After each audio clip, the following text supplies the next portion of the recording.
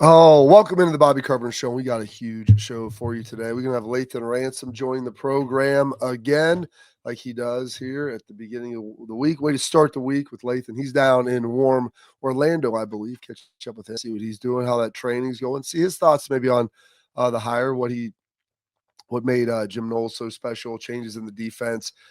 Just some of the things with all this stuff going around. Get an opinion of a guy like who's most recently inside of it. But here, coming off of the weekend in Columbus, Ohio, got big snow over the weekend here. How are we doing with that snow driving, Schleiks? It was absolutely terrible. What normally takes 45 minutes took an hour and a half. Being cautious, a lot of random cars over in the ditches. I just put in 4-wheel drive and went at a reasonable speed to where I can control, and I would test the brakes a little bit, make sure I could stop in appropriate time, and also have some awareness of my surroundings. But it was quite the thing to wake up in the morning like, oh, this is really going down right now in Columbus, Ohio, which is very weird for us in the middle of February. You know how it is, like this is like one of the coldest winters we've ever had in Ohio. And then we've had snow. It's just like, it's been crazy. I like snow, so I'd have no problem, but it does make logistical challenges as you go throughout your week though. Was it hard? I'm going to ask Lathan this. Was it hard for you? Like, you grew up in Texas, not really much snow there. Like, that's where you learned to drive. I Yes. guess you went to Air Force, so there was like probably some snow, I'm guessing, in Colorado Springs, but like not driving the snow probably a lot as a younger person. Like, was it tough when you had your first big snows driving in it? I think my dad did a really good job of training me. So this is how my dad trained all of us. He always drove like a stick. And even in like, he had an S10 at one point, then he had a truck. And Well, that's 10 is a truck. Was that? And that's 10. I know, but then he had like a 1500, like a right? bigger one. Okay, full Like stop. a bigger one. So we always went to Iowa every year to see my grandparents. They lived in Dubuque, Iowa. Dubuque is very, very hilly. It's right off the Mississippi River, lots of hills. And I'm probably 14 at the time. And he pulls through McDonald's. And of course, I like quarter pounder with cheese. And at that time, it was ketchup and pickles only. He just made it to where it was everything in it because I didn't like it, and he thought that was making me tougher. So I would have a fry, a large Coke, double quarter pounder with cheese. He said, "You're up," and I'm like, and I've been driving around a little bit, but he made me drive and eat with the stick shift, like up the hills. That's how my dad taught me how to drive from a very early age. So by the time I was 15, driving a Lincoln or anything like that in the snow, I felt supremely confident because I could go up and down hills with a stick shift while eating a quarter pounder cheese, large fry, and a large Coke at the same time when I was 14 years old. So he did a great job preparing me for sudden change, whether it's you got to drive this or we're in snow. So I always felt supremely confident. That is remarkable that most people, it's very counterculture, Schleiks, because most parents would try to eliminate the distracted driving. Your father rather leaned into it and said, listen, I'm going to give you as many distractions as possible. And not just looking at the phone, like, I'm going to give you things where driving a stick, which my Jeep is, like, it's a two-handed operation. Like, to talk on the phone and do it is very, very difficult, let alone like try to text or do anything else or even eat, Schleiks. And that, to me, like, can you describe to me the process of like how, I mean, you've got to have like, were you like me on the wheel trying to use one hand to eat, other hand to like stick drive? How Well, you have a cup holder, right? So you have a cup holder, and then I had like the sandwich in my lap, the fries on my thigh, like next to my thigh between the console. You know what I'm saying? So you're going boom, pop the clutch, shift, over, grab some fries, boom, grab the thing, right? Like, did I make a mess? 100%. That wasn't the point. It was the ability to operate and do multiple things at the same time and have an order. Plus, I think it heightens your awareness of your surroundings. And now we all know, right? Texting and driving, bad. Having things around you that distractive driving, bad. However, I would say in the safe confines of driving up an enormous hill during the middle of the day with less traffic, was he necessarily worried about the other cars? Probably. But this is also talking to the same man that pulled a Yui on the side of, what the hell was that mountain in Colorado? Pikes Peak. I shit you not. We're at Pikes Peak. And my dad, we get up there and praise God, nobody was coming back down because they would have killed us and we would have gone off the cliff because there was no guardrails. And he like maneuvered this vehicle, this big vehicle on the side of that road all the way around. He still sends us today laughing like, I thought we were going to die. I was like, I didn't mean to put you in that situation. So anyways, like, you know what though? It made me a better driver. That's the moral of the story, that maybe Raj had it figured out. Maybe lean in, parents, to the distracted driving while you're with your kid. Be like, hey, send this text. I'm right beside you. You Look see at the how road. bad Send this the is? text. Look how at the bad road. this is. Distracted, right? Like, I give them this credit is not what you. because most people, Schlegs, they wouldn't have the courage to sit shotgun. Like, not only was like he risking your life, but he was also risking his own. So like that's why I think a lot of parents like, dude, my mom was like panicked as hell the first time I was driving. They're worried they're gonna die. And they're just like, yeah, you're gonna hit a mailbox. Get more to the middle, not that far in the middle. There's cars coming. I'm like, okay, well, what do you want me to do? And he was probably eating himself like dinner in a show, watching you try to juggle all of this stuff. I mean, maybe did he have a healthy disregard for his life? Fine. I mean, on the way over, like I'm talking Schlegs about the American Airlines flight that's delayed because we lost the gas cap on Saturday when I'm trying to get back to see my kids and see my family. Just wanted to get home. Loved the time we spent in Cuba. We'll get to all that, but just really wanted to get home. And so I'm trying my best to get back. And they're like, we're delayed out of Jacksonville. Your neck of the woods, Schlegs. I have to go to Charlotte. I'm like, I have an hour and a half connection. I'm just watching that time getting eaten up because why? We don't have a gas cap. And people are like, just be glad they're safe. I'm like, no, my risk profile is different than other people. They're like, listen, man, I'm a man of faith. I've done most of what I wanted to do in life. Just take the damn plane off. I want to start an airline that will give you, we'll be on time more than anyone else. Now, there's also some safety, some corners we're going to cut. And are you willing to do that? Are you willing to say, hey, I want to get where I'm going in an expedient manner, and maybe we're going to shave 10% off the risk profile? I'm fine with that. I'm good. Instead of one, like every 10,000 crashes, we're going to hack it down to like, or 100,000, we're hacking it down to 10. I'm fine with that. I would be okay. Like, it's all right with me. The bigger question is, why didn't they, like, you would think like a gas cap would be something that you would have an abundance of, you know? My question is, where did you go with it? Did you put it in your pocket and the refueler just drove off? Yeah. Like, where did it go? Just drop it? Like the tarmac, so like, it's pretty wide open. You know, like it should be on the ground somewhere down there. They had to go get a new one. But like it took 40 minutes. And I made my flight. But I mean, anyone goes through Charlotte, I was all the way at the end of E, 36. Charlotte's different, man.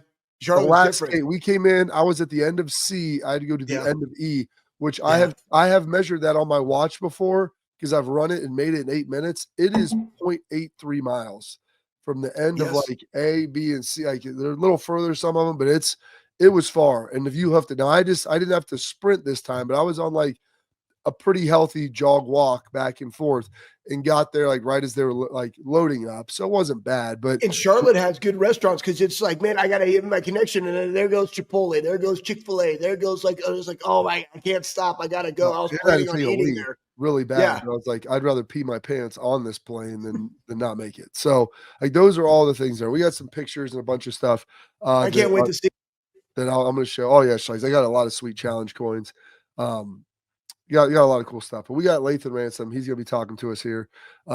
Anything particular, Schlegs, what you want to ask Lathan today? No, I'm excited to ask Lathan about, you know, when Denzel was talking about simplifying the defense and what does actually simplifying mean in his terms. And then also, you know, him coming in from a different perspective when he was there before Knowles was there. So what did that look like that first year and then maturing into that? And then also, how difficult is that for the younger guys that you have coming back when you have lost 8 starters of those guys learning potentially a new system or at least half of a new system? Great questions. We'll get all those for you here coming up next with our guy Lathan Ransom. But first, parents and athletes, protect what matters most with export mouth guards trusted by professional athletes, designed by NHL team dentist, and supported by Tiki Barber. Export mouth guards are scientifically tested to absorb the high-impact hits, protecting both your teeth and your brain. Export mouth guards feature 3 layers of advanced protection, including patented use of carbon fiber, custom fit to your unique smile with 3D printed technology. That means more protection, better performance, max comfort, clear communication so you can focus on your game, not on your gear. Don't take chance with your safety. Visit exportguards.com/Bobby today and save 15% on your order. Export, protect what matters most. Lathan Ransom coming up next.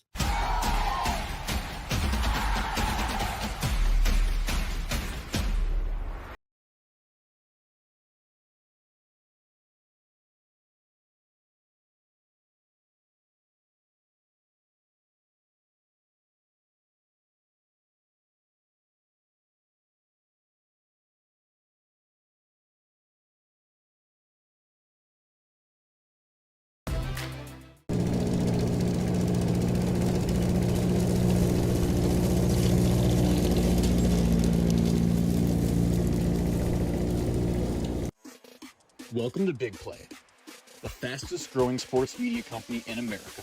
I'm gonna keep it straight with you. The reason you should watch our show is because I look good, baby.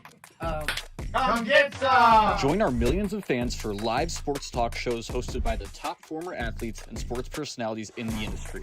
Ohio, it's my home state. Obviously, I'm a diehard Cleveland sports fan. Watch what you want, where you want, when you want. Welcome to BigPlay.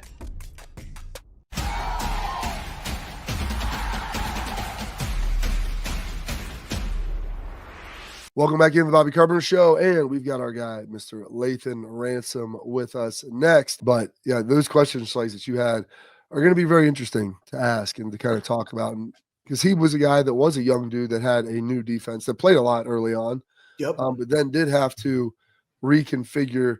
All right, here he is, Lathan. So, Slice, I'm going to let you fire away. I'm going to fire away. You're down in sunny Florida, Lathan. It's nice. It's snowy up here in Ohio, so I'm sure you're enjoying this. Before we ask any football stuff, you maybe were hearing some of the questions of the snow talk. You grew up in Arizona. Your first time driving in the snow was what for you? It was actually a nightmare. I had this is when I didn't have a car, and I had to borrow Cam Martinez's car a lot. And I don't know what made me decide, but I wanted to go to Dick's Sporting Goods, and it's about 20 minutes from where I was staying at. And it wasn't snowing when I had left, so I leave, and you could see the snow. It was coming down very lightly. And then all of a sudden it starts coming down really crazy, coming down hard, and I can't see. I've never driven in the snow, so I'm gripping the steering wheel extremely tight. I'm scared. All the cars are driving slow. Everyone has their hazard lights on, and I was definitely freaking out. I definitely took my time in Dick's Sporting Goods, hoping that the snow would stop before I left back home. But it definitely took some time to get used to. I remember I never used one of the scrapers to scrape the windows and the stuff off. I was just using my hands and covering my hair in my shirt. All that stuff took a lot of time to get used to, man, but eventually it did. I love it. As you get older, when you're young, it's like, man, you know what? I want to go to Dick's Sporting Goods because I got some time to kill and I got some money burning a hole in my pocket. So let's go check out what they got, or maybe I want to try on some things. Then you get older, it's like, man, light snow, I don't even want to get out. Like, it's not worth it. I'll replan this schedule. So let's talk. We got new D coordinator, Matt Patricia, coming from the NFL. Lathan, you were there. The first question is this. We heard Denzel talk about, a change after that first Oregon game of simplifying the defense. But what actually is simplifying the defense? What does that actually mean? Yeah, I think simplifying the defense for us wasn't like we're changing a bunch of calls or changing our scheme or changing what we do. It's really just maybe not going in with as many calls as we went in with the game before and just letting our defenses play. I actually heard the podcast yesterday where Bryce Young was talking about the different defenses of what the Eagles do and what the Chiefs do. And he was talking about how the Eagles have an extremely simple defense, one of the most simple defense he played against, but they execute at such a high level, so that makes them so well. To where the Chiefs they do so many different things with different fronts, different blitzes, different schemes and different personnels, and they do that at a high level. So I think it was more of us kind of figuring out our identity, and that was just, lining up, playing fast, and communicating and executing at a high level. And I think that's what the changes we made were. It's interesting because you could see that, when you're doing when you're doing a lot of stuff, like is there a hesitancy, Lathan? I mean, where you're thinking maybe more about, excuse me, what you're doing than maybe what the opposition and leaning in on maybe some of the scouting and the game plan stuff? Yeah, I think so. I mean, sometimes when you're going with a lot of calls, or you going maybe just thinking about maybe so much of, oh, they could do this, they could do that, or maybe they can do this, other than just, lining up, reading your keys and playing, it could slow you down. But at the end of the day, man, I'll never put it on to where we had too many calls or this or that. At the end of the day, we had to execute, and I don't think as a team that we executed, before we made them changes. And I think that was more of an eye opener to us, to how serious and how specific we got to be in our cues and how much we got to execute at a high level. And then I think that's what we started doing. I don't know if it was more of a scheme or more of just a wake up call to the defense, of paying attention to our keys and flying around, communicating and executing at a high level. Yeah, communication is the biggest thing on defense, because offensively they're always trying to make you communicate 3 times, and the better you are at that, the faster you can play, the better you can execute.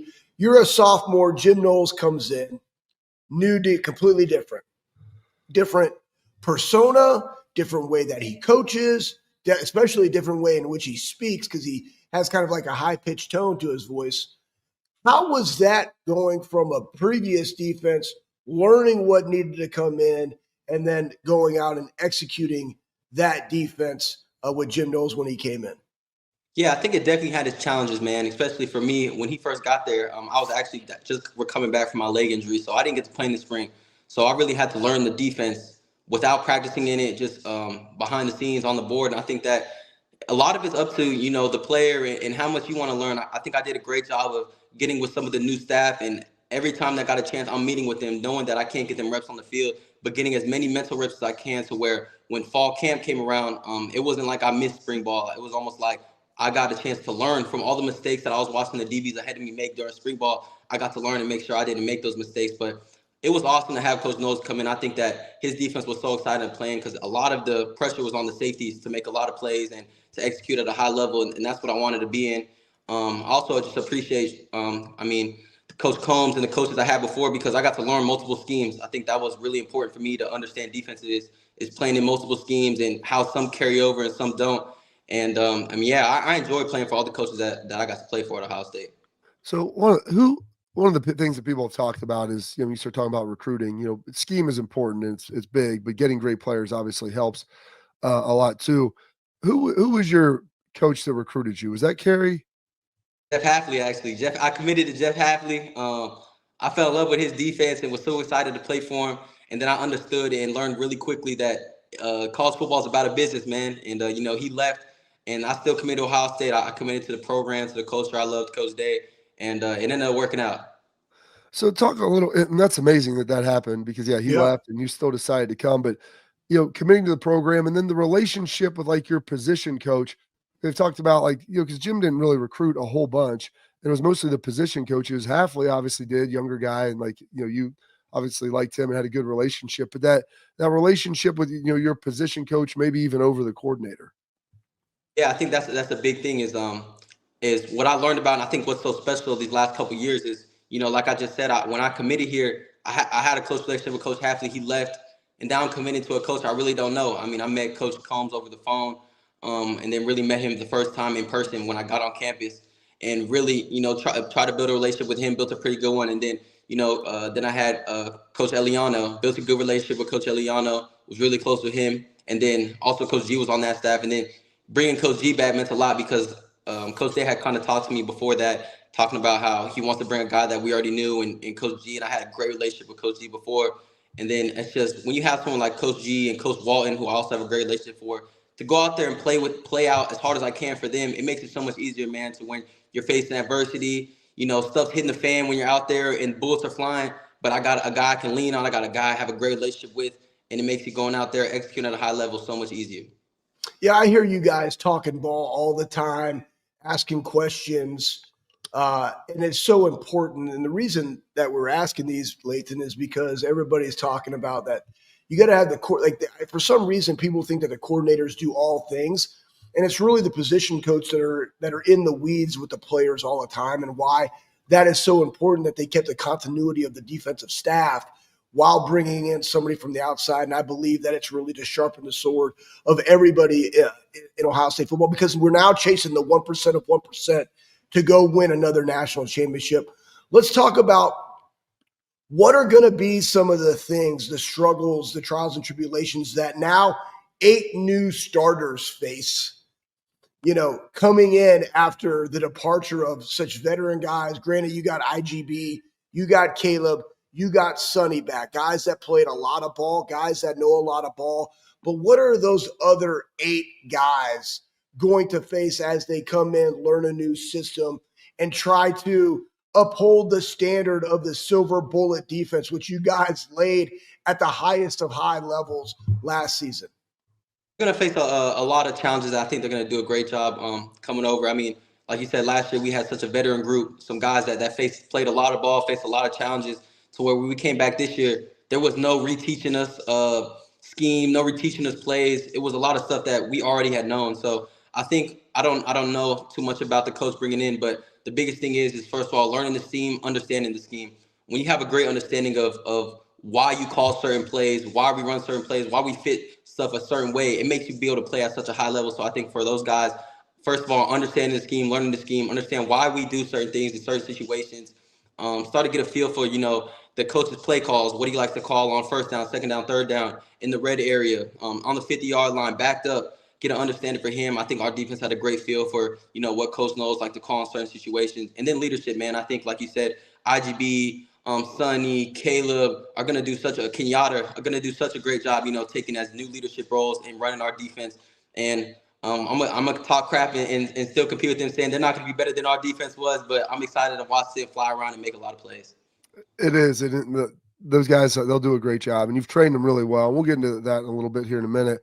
I want to ask, like, the changing of scheme, and the changing of the terminology, like, how tough is that to grasp? Some people will call, something, maybe cover 3 or 4. People call it palms. Like, there's different verbiage that's used and and you went through a number of iterations of that. Like, is that tough making that initial transition where, I mean, I tell someone it's kind of like flipping from like French to, Spanish. Like, there's similarities, but yeah, there's going to be some differences of when you're trying to communicate with your coach or maybe other players.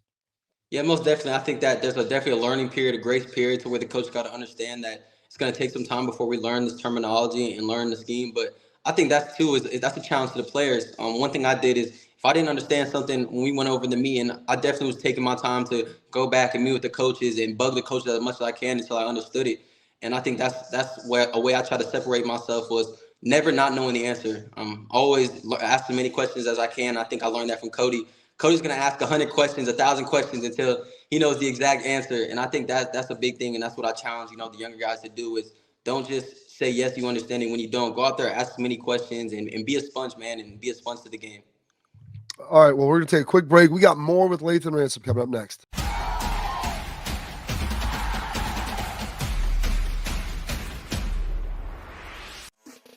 Welcome to BigPlay, the fastest growing sports media company in America. I'm gonna keep it straight with you. The reason you should watch our show is because I look good, baby. Come get some! Join our millions of fans for live sports talk shows hosted by the top former athletes and sports personalities in the industry. Ohio, it's my home state. Obviously, I'm a diehard Cleveland sports fan. Watch what you want, where you want, when you want. Welcome to BigPlay.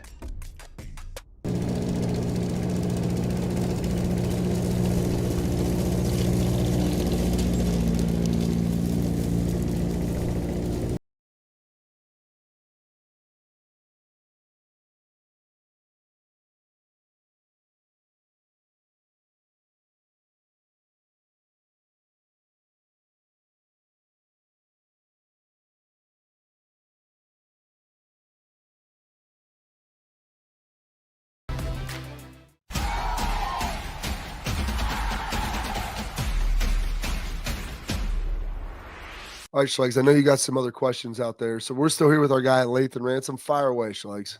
Yeah. So Lathan, when you were thinking about scheme terminology, I got this is a 2-part question on it, so I want you to answer the first one first. How critical then is spring? We all know how important the offseason is, like in the weight room, and how you build a team and what Coach Mick does and the staff to build it. But how critical is it during this time to like get in the weeds of the defense to be able to go out there and start fast for spring football? And how important is that spring football? Yeah, I think what Coach Mick does such a great job at is right now he's building that team camaraderie. He's building our toughness. He's building our character. And I know them guys are having some tough workouts right now and going through it as, them workouts start. And then, I think that you don't have to jump too much into it and rush into it to where – because I don't know how much the coaches are around right now because, there's a lot of recruiting going on. I don't remember the exact time period. But, I think definitely get into it, start to learn as much as you can without overloading your brain because I think it's easier to learn as you're going through the walkthroughs and get into practices, but definitely start looking over it, learning the play calls, learning the terminology is big right now to where, like you said, when you get to them practices, it's not a lot of them first 3 installs. You shouldn't be just seeing those for the first time. I think that them first 3 installs should be this your second time seeing them, third time, so you start get an understanding, and then it make it easier to transition as we get into them, 5th, 6th, 7th install. So then that goes into the next one, because Bob and I have been talking about how I would love that there is one transfer portal. And to me, it should coincide with the academic calendar. And now you have it to where it's like in the summer. Would you be able to get out what you need in a condensed version of spring football like they do in the NFL with OTAs, where it might be 4 or 5 weeks there, in May and in June, to then have a break and then go into camp? Do you think it's feasible for college athletes to be able to go do that as opposed to going through spring, having a bigger lull, and then going into camp? Yeah, I think that more talks about what type of guys you have in your team. I think the biggest issue and what makes people so nervous to do that is what are the players going to do on their free time? What are they going to do when they're given this much time off? How are they going to act? Are they going to stay on top of their workouts? They're going to stay on top of their body? Because when you get to the NFL, man, it's a league. These are grown men. This is a business. If you don't get on top of your body and do this, you're going to get cut. You're going to get fired. And you can't really fire guys in college football. So I think that's the biggest thing is, can we trust these guys to be adults? Because, they're getting paid like adults now. Can we trust them to be adults? So I think that would be the biggest question. And but me personally, I feel like Ohio State would be able to do it, especially, us going so far into the season, going to the playoffs, maybe giving a little time for their body to recover and rest before a long, big season. I think there's, pros and cons to both. It's really just the maturity of the guys in your room and the guys in your building. So let's talk a little combine prep. What do we got going here? How's the body feeling? I know you have some of the meetings where you do the meeting prep. How's all that going? And what's been your favorite part, I guess? Been great. I think the favorite part is, just being able to focus completely on football, man. Nothing else, nothing worry. And then I'm enjoying everything, whether it's getting my body right, preparing for the draft, doing little combine meetings, talking to some of these, coaches. This has been a dream of mine since I was a younger kid. So even if it's a lot of meetings, a lot of treatment, a lot of this, I love it all. Like, I'm so happy to be able to do this. I'm so blessed by God to, be able to try to continue my dream. And it's just so exciting, man. I think some of my favorite stuff is just getting able to compete against some of these guys out here, different DBs, talk a little trash to the receivers. That's what I love the most. So what if they told you do these meeting prep and everybody's got, their own questions, and everyone's got their red flags, and what those red flags are is different for every guy. But, I'm defensive coordinator of X team and whatever it is. And I'm sitting here looking at Lathan Ransom. Like, I can't draft you, Lathan. You got great film. We like you. Maybe you're not the fastest guy in the world, but dude, you get hurt all the time. Like, how am I supposed to draft a guy like you that, breaking legs, your foot, is it still even on? Like, do you guys glue that thing on? Like, how are we going to answer that question? I'm going to answer as you can look at multiple injuries to where I've broken my hand 2 times on a Tuesday practice, got surgery on Wednesday, and played on the game on Saturday. So I'm not a guy, if you want to talk about injuries, that's going to sit out. A guy's not going to play. I broke my leg on the last game of the season, had the fastest leg recovery that Stu's ever seen or our staff has ever seen, and came back in 4 months and was able to play in that first game when no one thought I was. So if they want to say I'm a guy that gets injured a lot, it's because I'm a guy that plays as hard as I can, and a guy that, has no fear for his body and will do anything I can for the team and what I can to put my body on the line for help us win games. That's how I'd answer that. I love it. That's a great answer. And that's one that they want because you are a culture type guy that people want in the NFL. Let's talk strategy, because guys at Ohio State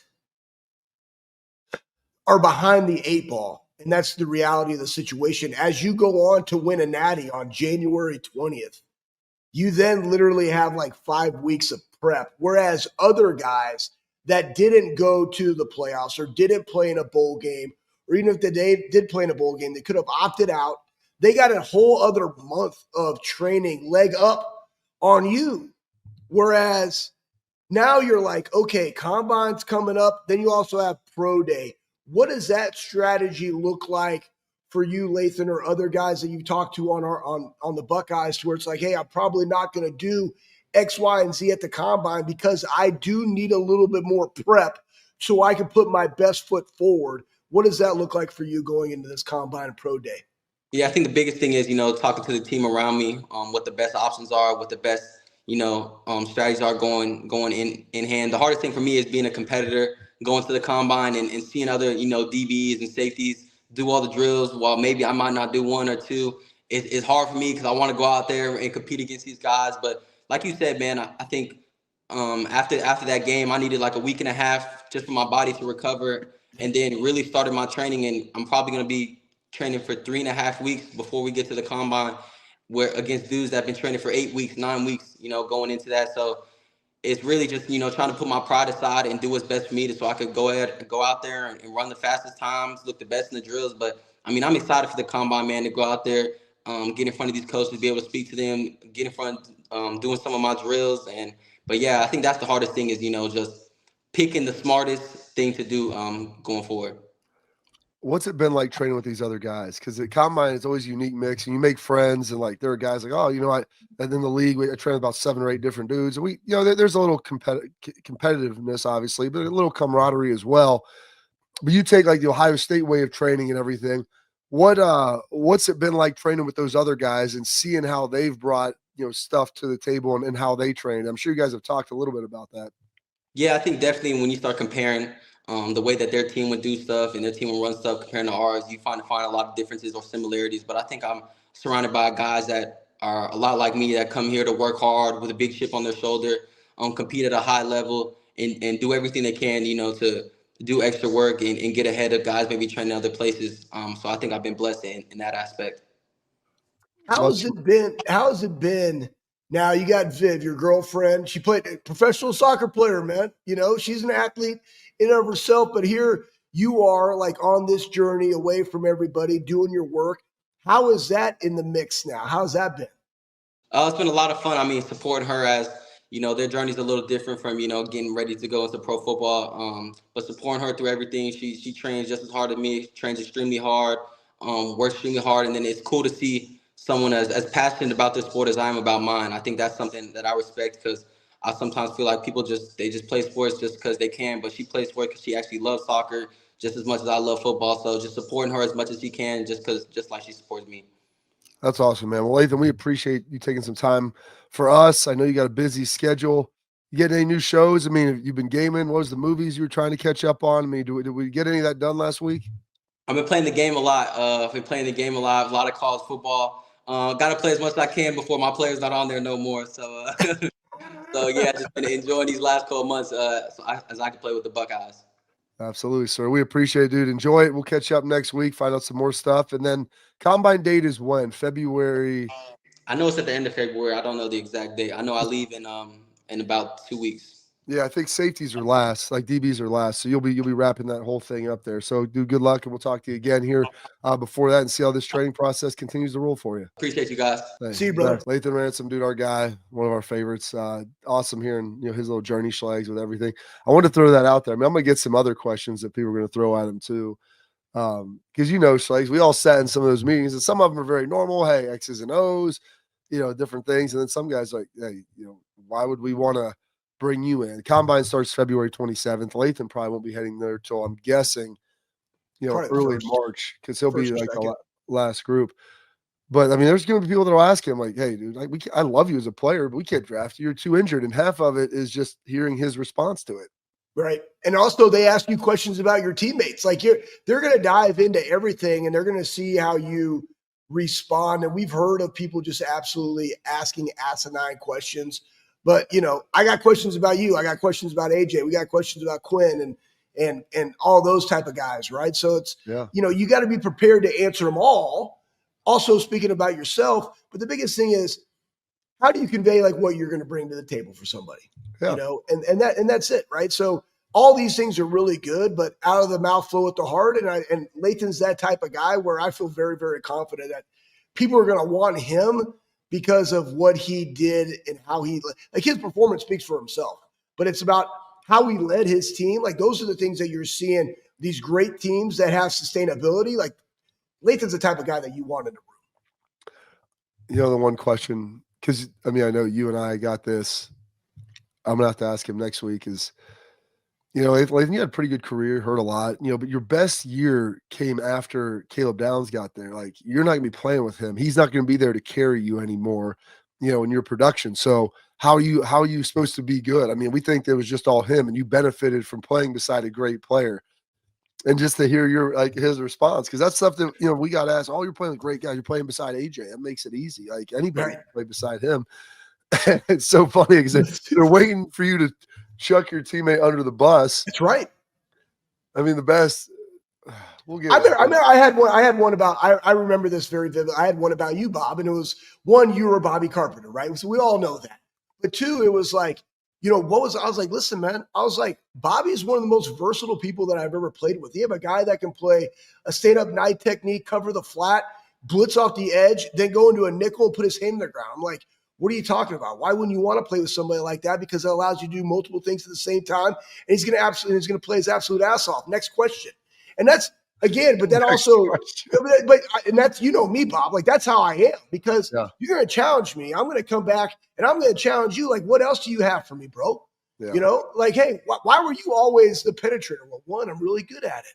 Right? Just ask my wife. And then two, exactly. And then two, right? Because I was married already. So then two, it's like, you know, again, about AJ, or it had been about Dante, and like, all, like, what about Dante's height? Like, were you ever concerned, like, him playing a star nickel position? How's that going to, like, they would ask you these type of questions about how you think guys would fit in the league, you know, but you have to, what it does is it shows that you have a greater awareness than just yourself.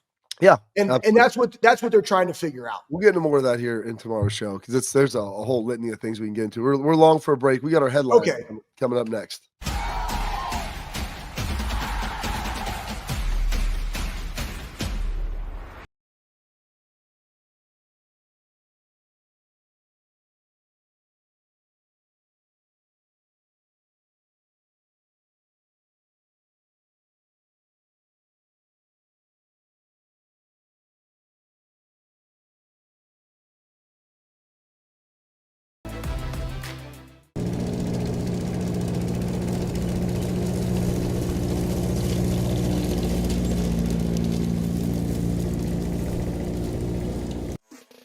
Welcome to BigPlay, the fastest growing sports media company in America.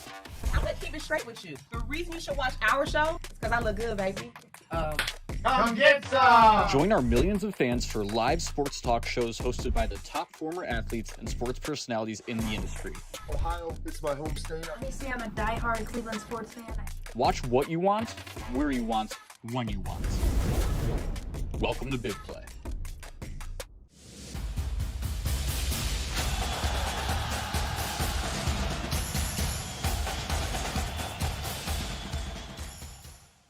All right, Schleeks, we got our headlines here.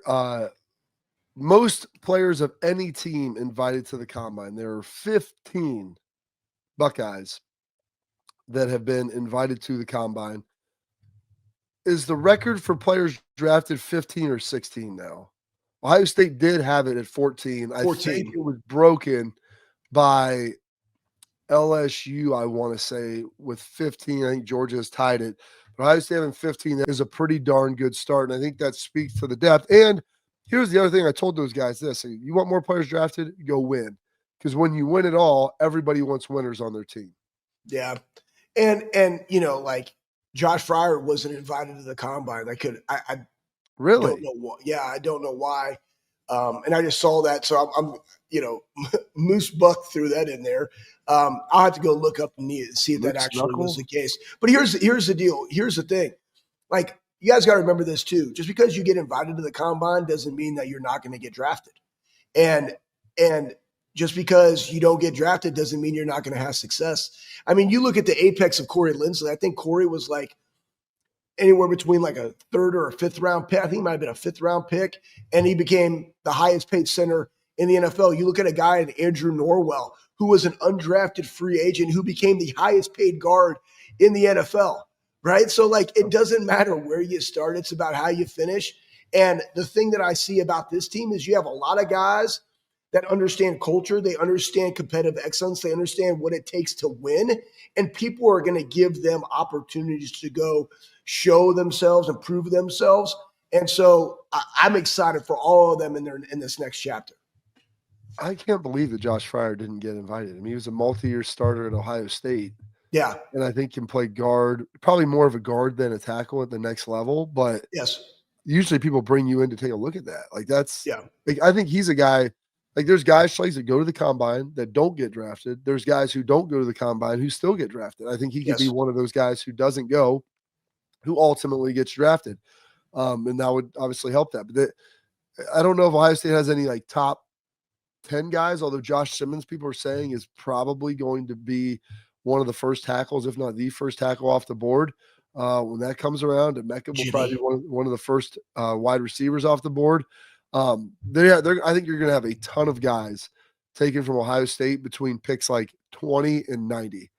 Like in that late first to third round, you're going to see probably Buckeyes like every 5 or 6 picks just grabbing, because there's a lot of dudes in there that maybe weren't like super elite dudes, but really stinking good at their position and able to get that done. And so, and I think Will Howard's a guy that we've talked about who's kind of creeping up that draft board as well, Schlegs, when you start talking about everything of where he's going and what he's going to be able to do. So we got that going for us. Also, Schlegs, we can throw this up, the Valentine's Day love. And this is important, Schlegs, because you were married on Valentine's Day. I was. Nate Ebner got married on Valentine's Day. Yeah. Nate Ebner got married on your anniversary this past Friday on Valentine's Day. And first of all, how was Nate's wedding? Because I didn't get a chance to go. Yeah, it was amazing. I mean, so Nate's mom and Doug, Doug, they also got married on Valentine's Day. So I was like, hey, it actually the same year that Steph and I in 2004, and consequently it snowed on Valentine's Day in Dallas, Texas. Hell, Bob, you were there. And my Air Force buddies drank all your booze. But anyways, it was a great day. Got to see John Simon and his wife. Got to see Jake Ballard and Olivia. It was great. Got to see Dane Sanzenbacher and his wife. Like it was just a great time celebrating Nate and Shanae.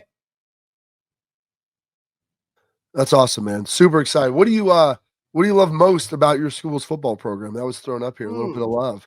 We got Big Nut and Nutman or whatever the guys are. Yeah, probably not those guys, but I mean the biggest, whatever. But what I love about our program is the state of the leadership and the staff, because that brings in the continuity that you want from a player perspective.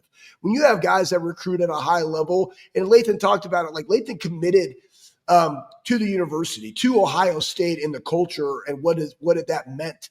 That's big. But then you also follow that up with the relationships of your position coaches, Mark Pantoni, being able to find that type of talent from all over the country, while also making sure that you have the right guys in the building that understand what it means to be a Buckeye. But I, just like Lathan, we're not from here. And I totally got it. One of the reasons why I came here was because of the guys in the room and what being a Buckeye meant and represented. So to me, the culture, the coaching staff, and the guys that we have coming back, that's going to also help them perform at a high level through the support staff, et cetera, et cetera. Like that's what I love about our program the most. I love it too, Schlegs. And I love Tailgate Talk, brought to you by RealTruck, coming up next.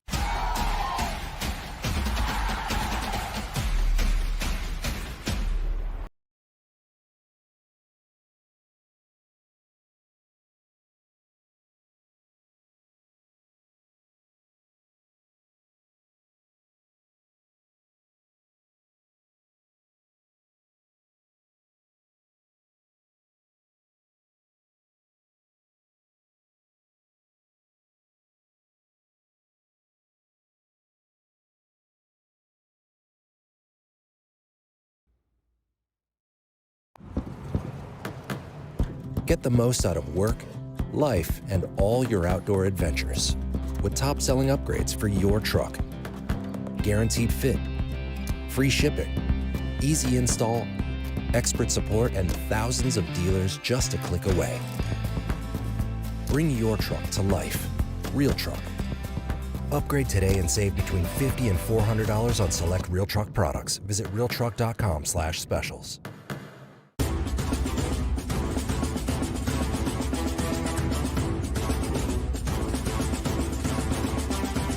All right, now we got some tailgate talk brought to you by our friends at RealTruck. Go to RealTruck to outfit your truck, Jeep, Bronco. Bring that thing to life. From bed covers to seat covers to steering wheel covers. They've got all the covers. I don't know if they sell the fuel caps that my plane lost on the way. Oh, They probably sell just not. about everything else you need to accessorize your truck. They'll bring that bad boy to life at realtruck.com, just like Suggs and I have.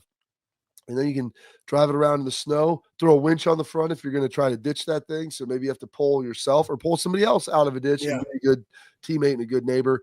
You can do that all with RealTruck. If you spend $100, you get free shipping at realtruck.com. How about that? Comments here from our last show last week. Matty P getting too much blame for Detroit. Millen assembled worst roster ever. I don't know if Matt Millen was there then. Oh, Mooch was the previous head coach who was walked over by numerous players. Culture under Mooch was inmates ran the asylum. Patricia's mistake was taking that job. I mean, so Mariucci was there long before us, Schlegs, and Millen was still the GM. We came through, but like, you had Jim Schwartz, then you had Jim Caldwell who was there, but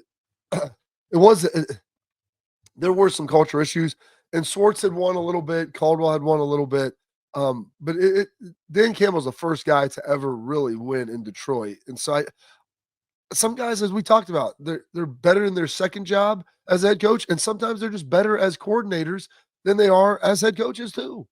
Yeah, I think the biggest thing of anybody's maturity in whatever profession you are is just self-introspection and understanding what you do best and how you can achieve that. And I look at this as like, why would you look at somebody in their prowess as a head coach when you're bringing them in to be the defensive coordinator?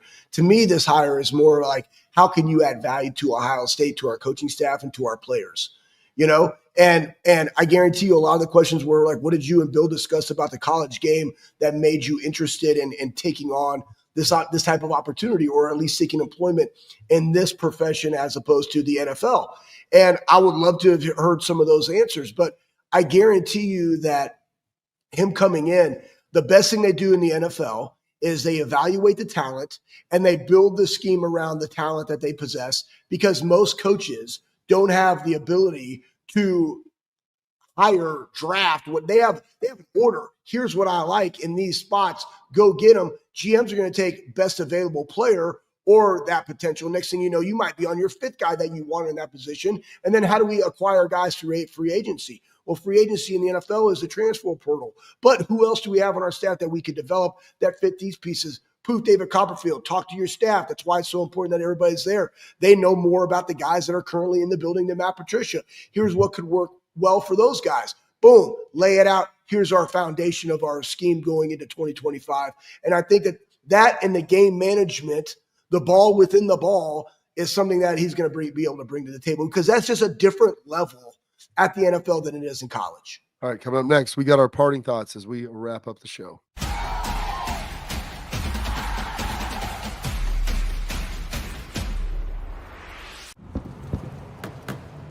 Get the most out of work, life, and all your outdoor adventures with top-selling upgrades for your truck. Guaranteed fit, free shipping, easy install, expert support, and thousands of dealers just a click away. Bring your truck to life. RealTruck. Upgrade today and save between $50 and $400 on select RealTruck products. Visit realtruck.com/specials.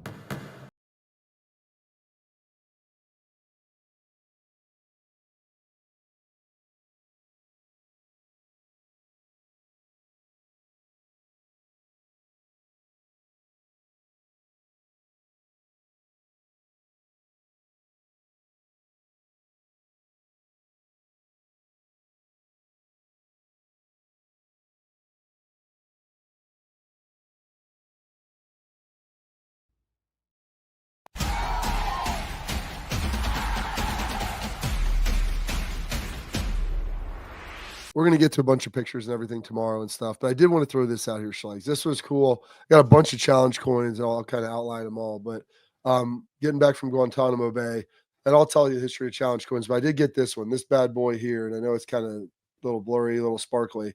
Tough to get a good bead on it. But it was a challenge coin. It's presented by the commanding officer, the CO, and the first sergeant of the Marines at Guantanamo Bay. I got to be good friends with the first sergeant that was there. We did a lot of the fishing and everything. That was That's around. sweet. It's bad. It's pretty. Was bad. Was that him? That was when you guys were out like scuba diving, and I just see this like Neanderthal, like dude from that was me. I was out there. That was you. It was you. You literally came out of Atlantis because it's somewhere in the Caribbean. You popped out of Atlantis and you're over there spearfishing with the head Marine sergeant at Guantanamo Bay. It's pretty awesome. It was awesome. It was cool. We'll get into some more of those stories. We had Lathan today, so I want to make sure we got enough time with him. We'll get into all that, Schleg. So that wraps up today's show. Stay locked in, 12:30 on Tuesday as we talk some more about the Ohio State Buckeyes here on the Bobby Carpenter Show.